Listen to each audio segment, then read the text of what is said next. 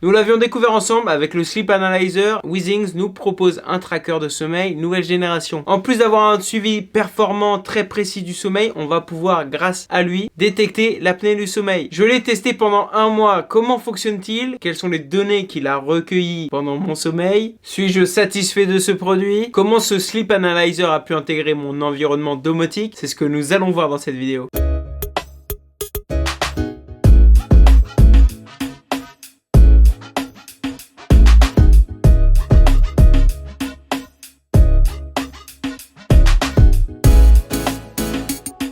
Bienvenue les amis dans Panacotech. Une fois encore, nous allons découvrir ensemble la crème du high-tech. Aujourd'hui, je vais vous faire mon retour d'expérience sur ce produit en l'ayant utilisé pendant un mois. Et voici le sommaire.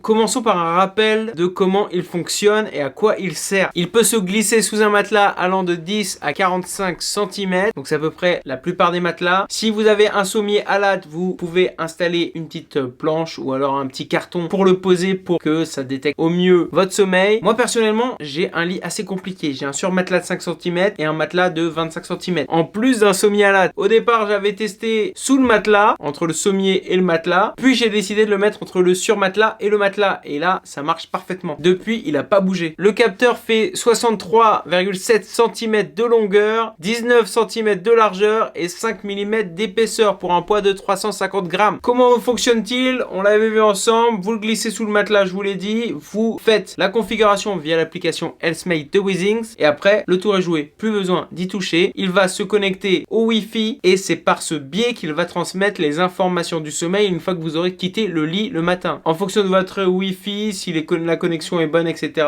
Le Sleep Analyzer va envoyer les informations à votre application dans les quelques heures après le lever. Moi, généralement, il le fait au bout de 10 minutes après mon lever. Parlons maintenant de ses fonctionnalités. On en avait parlé, ce capteur a beaucoup de fonctionnalités. Il est vraiment très complet dans les données recueillies. L'innovation que j'avais vraiment mis en avant dans l'unboxing, c'est vraiment la détection de l'apnée du sommeil. Ça pour moi, ça reste vraiment le point fort de ce capteur. En effet, pour rappel, environ 5% de la population souffre de l'apnée du sommeil, soit 3,4 millions de Français et 85% d'entre eux ne sont pas détectés. Une personne souffrant d'apnée du sommeil a 5 fois plus de risque de développer une maladie coronarienne. C'est un vrai enjeu de santé publique. C'est pourquoi ce capteur, ce Sleep Analyzer a vraiment sa place dans la santé connectée. Je vous en avais parlé, Withings en plus de ce capteur a mis au point un petit questionnaire de 8 questions qui va vous permettre de savoir si vous êtes à risque concernant l'apnée du sommeil. Voilà, je vous remets le lien en description. C'est important de le faire, c'est gratuit, allez-y. Comme ça vous fera déjà un premier dépistage. J'en avais parlé un petit peu plus précisément dans l'unboxing, mais il a été comparé aux appareils de mesure de l'apnée du sommeil ordinaire qui sont basés sur plusieurs capteurs, voilà, plus intrusifs qu'un capteur à mettre sous le lit, et les résultats avaient été similaires. En plus de l'apnée du sommeil, ce capteur va vous permettre de suivre votre sommeil précisément, plusieurs paramètres vitaux. Vous allez pouvoir suivre les cycles de sommeil, léger, profond, paradoxal, la qualité de votre sommeil, la durée de votre sommeil, le score de sommeil, la détection des ronflements, la fréquence cardiaque pendant votre nuit. Et on continue. Il va aussi détecter les ronflements, et tout ça grâce à un capteur pneumatique et un capteur sonore. En plus de ça, vous allez pouvoir paramétrer ce capteur avec votre système de domotique pour, par exemple, lorsque vous allez vous lever du lit, allumer une lumière. Là, je vous ai rappelé ses caractéristiques techniques. Maintenant, on va voir comment se traduit ça sur l'application. C'est parti. On va voir directement ce qu'il y a sur l'application, ce qui a été traduit par le capteur. Au moins, c'est vrai que ça a été un produit assez simple à tester parce que j'avais juste à le mettre sous mon matelas et dormir. On est sur l'application Healthmate. Si vous ne connaissez pas encore cette application, regardez toutes mes vidéos des montres, etc. Pour moi, c'est mon application de santé connectée préférée. Voilà, on va retrouver sur l'application plusieurs données, notamment voilà le poids, oui j'ai pris du poids pendant le confinement, le sommeil, une section apnée du sommeil, les pas, etc.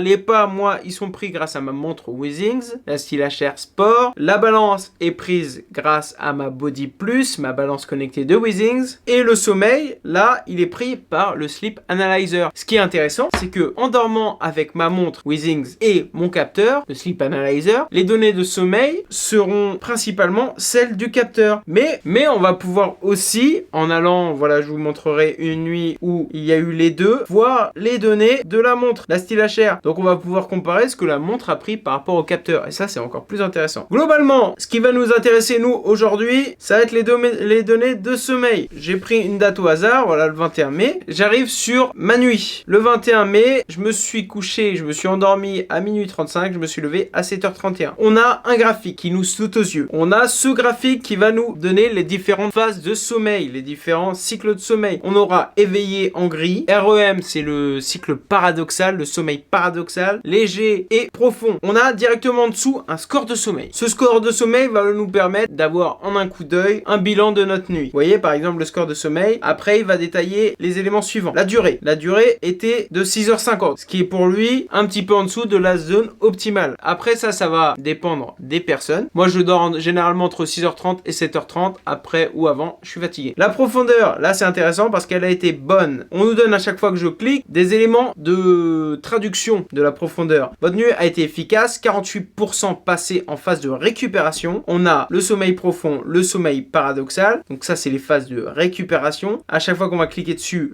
on a des petites indications. Lors du sommeil profond, la respiration ralentit, les muscles se relâchent. C'est là qu'on récupère de la fatigue de l'activité physique. La phase paradoxale, c'est là où les yeux bougent rapidement, où on va faire nos rêves. Et la phase léger, c'est là où le sommeil a un rôle psychologique qui constitue la phase où on récupère le moins. Donc, le mieux, c'est d'être dans les deux phases les plus profondes. Là, 50% du sommeil, 48%, c'est assez bon. La régularité est calculée par rapport aux 7 jours suivants. On a la moyenne de coucher à 23h50, la moyenne de lever à 7h28. Donc, c'est assez régulier. Je sais que en ce moment, je me couche assez tard. Le lever, 0 minutes. Moi, dès que ça sonne, je me lève. Dans tous les cas, je suis pas là à barboter, à faire ce que vous voulez dans le lit. Mais moi, dès que ça sonne, je me lève. Une interruption qu'une fois, c'était avant le lever. Bref, je me souviens plus exactement de cette nuit-là. Mais je me suis levé une fois. La fréquence cardiaque, on l'a tout au long de la nuit, en continu. Ça nous permet d'avoir une tendance. Pourquoi il faut surveiller la fréquence cardiaque pendant la nuit? Parce que ça permet de voir la santé cardiovasculaire. Plus le rythme cardiaque pendant notre nuit va être assez bas, c'est que notre cœur est en bonne santé. En dessous, on a le petit bilan d'apnée du sommeil. Là, normale à légère. C'est-à-dire que il n'y a aucune apnée du sommeil qui a été détectée. Ce qui est assez rassurant, mais je savais déjà que je ne souffrais pas de cette pathologie. Allons voir une autre nuit, par exemple celle d'hier. Le score est un petit peu moins bon. Pourquoi? La durée est toujours en dessous de 7 heures. La moyenne, voilà,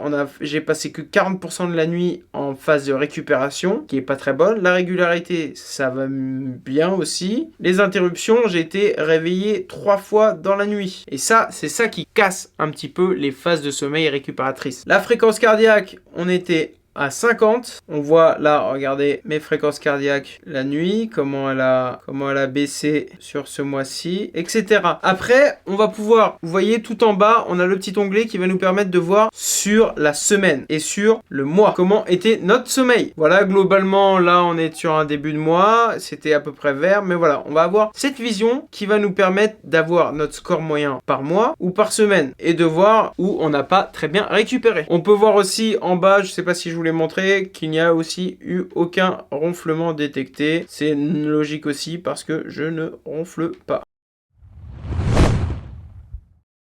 Moi, cette application, je la trouve assez simple, c'est structuré, on nous indique, on nous traduit. C'est vraiment pour ça que j'adore les produits de cette marque. Mais je vous le disais, on peut aller encore plus loin grâce à IFTTT. Je ne sais pas si vous connaissez cette application. Ça va vous permettre de faire if that, then that. Ça veut dire si il y a ceci, alors fais cela. C'est grâce à ça qu'on va pouvoir configurer aussi la domotique de chez nous via des informations récoltées par ce capteur. Je vous montre, par exemple, voilà ce que j'avais fait. Par exemple, hop, j'étais allé sur IFTTT et j'avais créé, dès que je vais au lit, ça veut dire dès que le capteur capte que j'arrive dans mon lit, tu éteins la lumière de la chambre. Comment j'ai fait ça? Je vais dans Create, je fais If, j'appuie sur 10 et je vais aller dans IFTTT. On me le propose pas directement, je peux y aller comme ça, mais le plus simple c'est d'écrire Withings, de cliquer sur Withings Sleep, de dire When I get into bed, c'est-à-dire dès que je vais dans le lit, entre 19h et 23h, parce que je me couche vers minuit, mais je suis au lit avant minuit. Et par exemple, vous pouvez régler entre 19h et 1h du matin, capteur de sommeil, on crée ce trigger, then, ça veut dire dès que je vais aller dans le lit, qu'est-ce qu'on va faire? On peut faire envoyer un mail,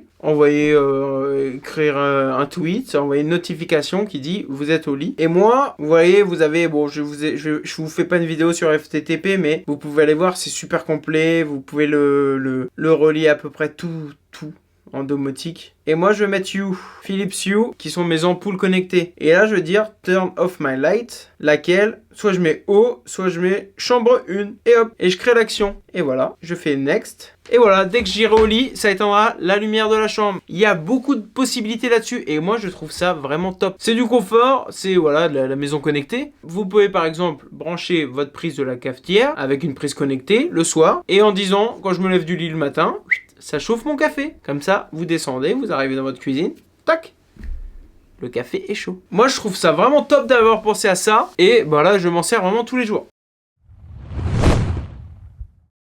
Ça va être assez rapide aussi parce que il n'y a pas grand chose de négatif vu que c'est quelque chose de santé. Mais dans l'utilisation, je vais pouvoir vous parler de quelques points négatifs. Le premier point positif, c'est vraiment, je trouve, cet enjeu autour de l'apnée du sommeil qui va vous permettre de détecter cette apnée sans rien porter. C'est mon premier point positif. Mon deuxième point positif va aussi avec ça, c'est de pouvoir suivre mon sommeil très précisément sans avoir rien à porter. Je vous avoue, moi je sais pas, j'ai le syndrome des bras engourdis la nuit. C'est que dès que je porte une montre ou même peu importe, j'ai toujours les bras engourdis, j'arrive même plus à soulever mon bras en me levant la nuit. Là, je vais pouvoir poser ma montre sur ma table de chevet, la mettre à charger si besoin et avoir quand même toutes mes indications, toutes mes données de sommeil synchronisées avec mon application le matin. Le dernier point positif, c'est qu'il s'intègre vraiment avec la domotique, avec mon environnement de domotique et en plus que l'application est vraiment top. Pour parler des points négatifs, le premier point négatif que je vois, c'est que voilà, il faut le brancher. Donc il faut, même si le câble est assez long, il faut que vous ayez une prise disponible à côté de votre lit. Moi, j'ai deux prises à côté de mon lit, donc ça le fait. J'en ai une pour mon téléphone et bah voilà, une pour ça. Mais c'est vrai que ça peut être une contrainte d'essayer de trouver une prise si vous n'en avez pas à côté de votre lit. C'est le plus gros point négatif que j'ai trouvé, qui est quand même pas très gros non plus. Le deuxième point négatif, c'est plus un point de prudence, c'est qu'il faut que vous ayez la Wi-Fi dans votre chambre, que vous la captez bien. Normalement, maintenant, on capte la Wi-Fi à peu près partout dans notre maison. Mais si vous voulez vos données, soyez sûr que la Wi-Fi marche. Vous l'aurez compris, je suis adepte maintenant de ce capteur. J'avais hésité longuement à acheter son grand frère et là quand j'ai vu que celui-ci était sorti, je me suis dit c'est vraiment top. En plus, on le sait, l'apnée du sommeil, c'est pas quelque chose qu'on a forcément, c'est quelque chose qui peut apparaître au cours de sa vie en fonction de l'hygiène de vie, de la santé physique ou autre. Ça va me permettre de suivre tout au long de ma vie s'il y a une apparition d'une apnée ou non. En tout cas, je vous remercie d'avoir regardé cette vidéo. J'espère qu'elle vous a plu. N'hésitez pas, si vous avez des questions, à les poser en commentaire et à lâcher un pouce bleu. En attendant la prochaine vidéo, vivez à fond, dormez high-tech. Pour tout suivre de l'actualité tech, abonnez-vous. Merci et à bientôt sur ma chaîne.